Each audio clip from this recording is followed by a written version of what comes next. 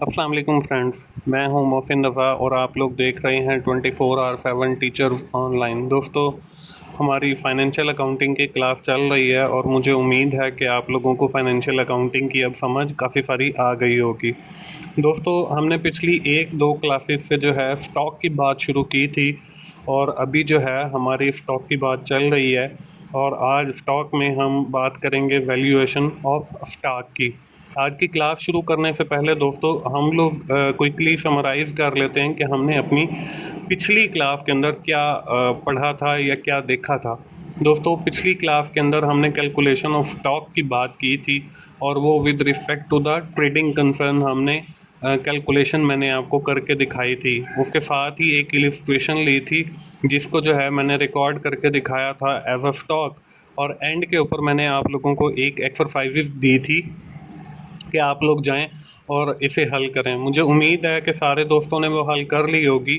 अगर आपको कोई इशू आ रहा है एक्सरसाइज के हवाले से तो आप मुझे कमेंट कर सकते हैं। मैं इंशाल्लाह आप कोशिश करूंगा कि आपको उसका पॉजिटिव रिस्पांस दूं और आपकी जितनी भी क्यूरीज हैं उनको हल कर सकूं। दोस्तों, आज की जो हमारी क्लास है, आज की क्लास में हम लोग बात करने वाले हैं वैल्यूएशन ऑफ स्टॉक की, और इसमें हम बात करेंगे फर्स्ट इन फर्स्ट आउट की मतलब फाइफो की, और हम बात करेंगे लास्ट इन फर्स्ट आउट की मतलब लाइफो की, और वेटेड एवरेज।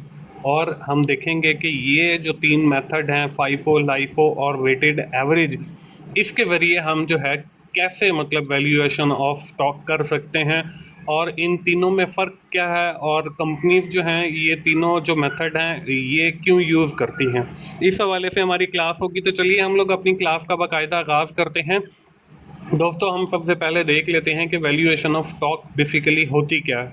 दोस्तों, आप सबको इल्म होगा कि हर जो कंपनी होती है वो अपनी प्रोडक्ट एंड सर्विसेज को बनाने के लिए उन्हें स्टॉक की ज़रूरत पड़ती है और वो पूरा साल जो है वो स्टॉक को ख़रीद करती रहती है, और फिर जब स्टॉक को ख़रीद कर लेती है तो वो इन्हें स्टोर भी करती रहती है, और जैसे जैसे उनका जो प्रोडक्शन डिपार्टमेंट है उसको जैसे जैसे स्टॉक की ज़रूरत पड़ती है टू फुलफिल देयर ऑर्डर्स के हिसाब से, तो ये फिर उसको जो है प्रोडक्शन डिपार्टमेंट को कंपनी जो है वो स्टॉक इशू भी करती है। और हर कंपनी स्टॉक को इशू करने के लिए मुख्तलिफ तरीक़ेकार अपनाए होते हैं जिनको हम वैल्यूएशन ऑफ स्टॉक कहते हैं। हमारे पास जो है 3 स्टैंडर्ड तरीके हैं वैल्यूएशन स्टॉक के, जो जिनमें जो है फर्स्ट इन फर्स्ट आउट ये हमारे पास पहला तरीका है, लास्ट इन फर्स्ट आउट ये हमारे पास दूसरा तरीका है, और वेटेड एवरेज ये हमारे पास तीसरा तरीका है स्टॉक को इशू करने का। और इन्हीं तीनों मेथड्स को अगर हम यूज़ करते हैं तो हम इसे वैल्यूएशन ऑफ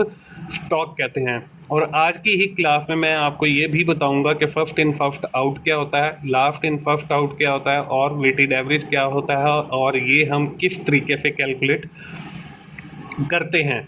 दोस्तों, इसके लिए हम लोग एक एग्जांपल देख लेते हैं। इसमें देखें, हमें सबसे पहले जो है रिसिप्ट दिया हुआ है और उसमें हमने 10 यूनिट रिसीव किए हैं और 150 पर यूनिट उसकी कॉस्ट है। ये कम जनवरी को हमने रिसीव किए हैं।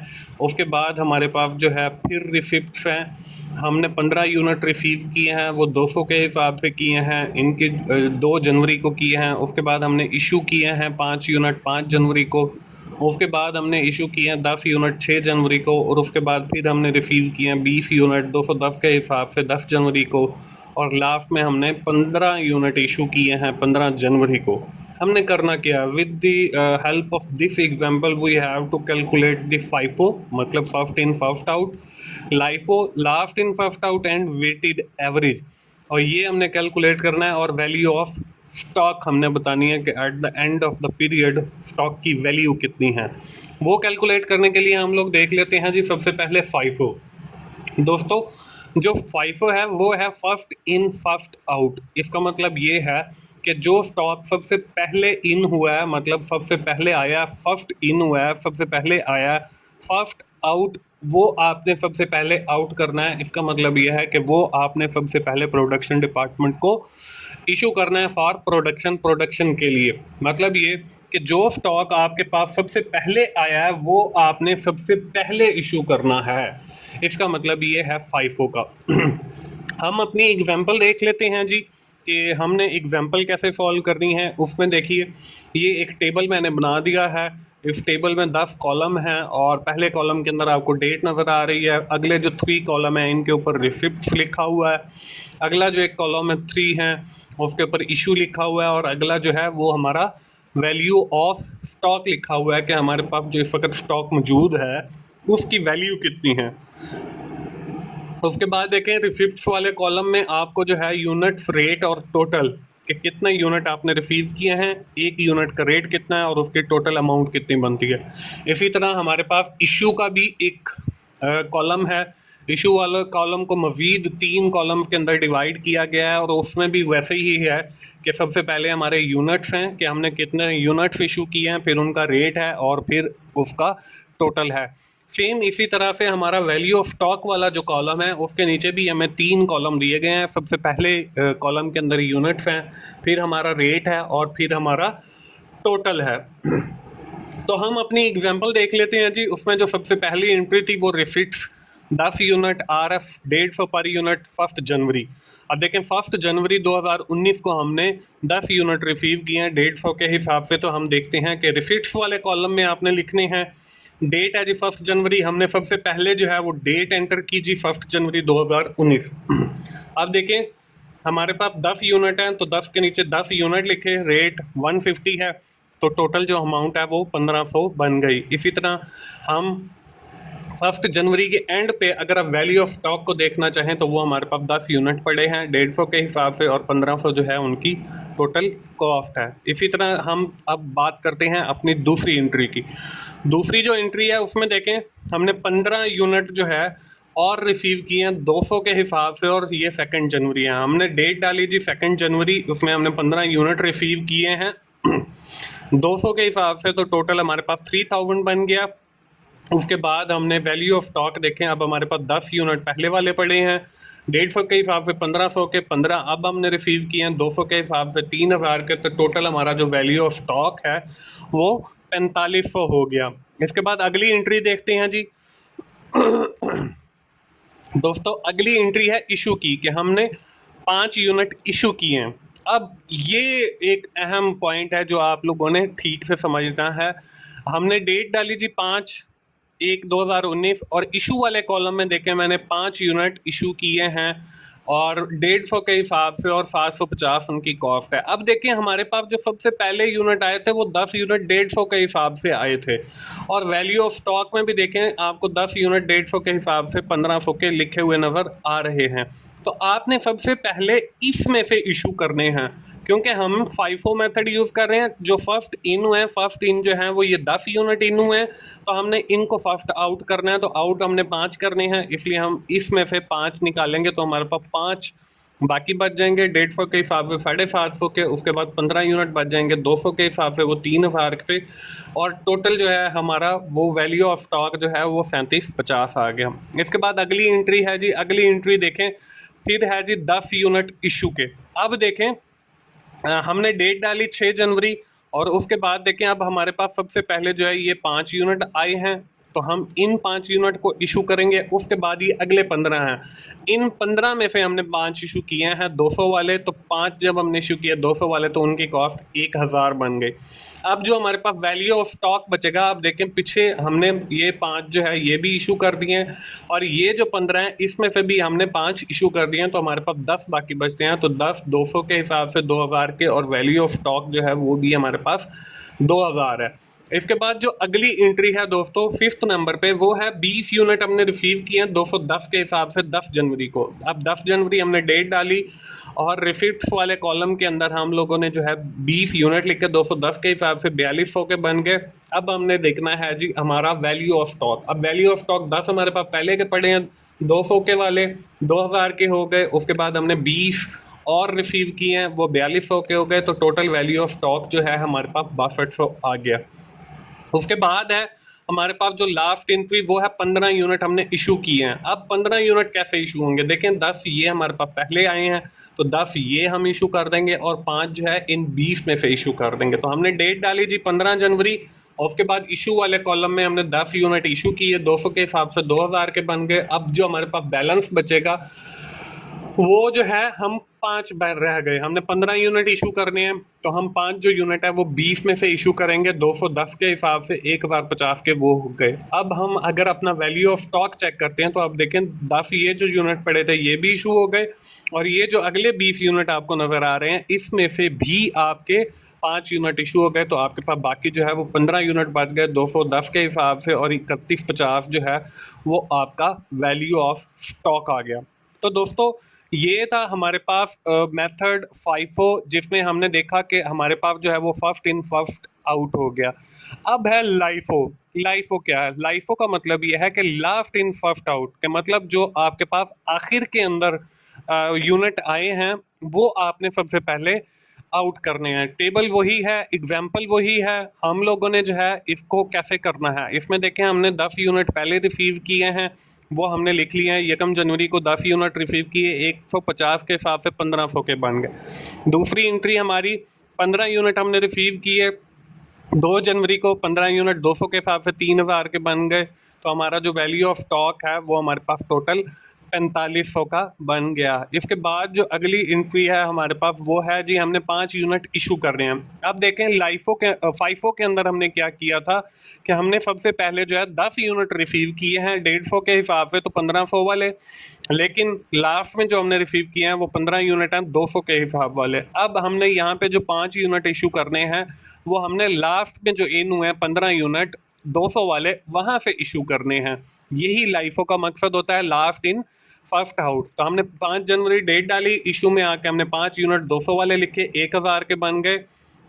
अब जो हमारा वैल्यू ऑफ स्टॉक है वो 10 हमारा वैसे का वैसे यूनिट पड़े हैं 150 के हिसाब वाले, और 15 में से 5 चले गए तो 10 हमारे 200 के हिसाब वाले 2000 के, तो टोटल वैल्यू ऑफ स्टॉक जो है वो हमारे पास 3500 आ गया। इसके बाद अगली जो हमारे पास एंट्री आती है वो है दोस्तों कि हमने 10 यूनिट और इशू करने हैं। अब देखें हमारे पास 10 यूनिट 150 वाले भी पड़े हैं और 10 यूनिट 200 वाले भी पड़े हैं, तो हमारे जो लास्ट वाले हैं लास्ट इन वाले वो हमारे 200 वाले हैं, तो हम 200 वाले सबसे पहले इशू करेंगे। तो हमने 6 जनवरी डेट डाली, 10 यूनिट 200 के हिसाब से 2000 के बन गए, और वैल्यू ऑफ स्टॉक जो है हमारे पास 10 यूनिट 150 वाला अभी पड़ा है, और इस तरह टोटल वैल्यू ऑफ स्टॉक जो है वो हमारे पास 1500 आ गया। दोस्तों अगर हम अगली एंट्री देखते हैं तो इसमें हमने 20 यूनिट और रिसीव किए हैं 210 के हिसाब से 10 जनवरी को, इसको हम देख लेते हैं।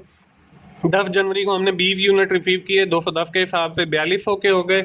इसी तरह अगर हम वैल्यू ऑफ स्टॉक देखते हैं तो 10 यूनिट हमारे पास पहले पड़े हैं 1500 वाले, और 20 यूनिट और आ गए 210 के हिसाब से 4200 के, तो टोटल वैल्यू ऑफ स्टॉक जो है हमारे पास 5700 हो गया।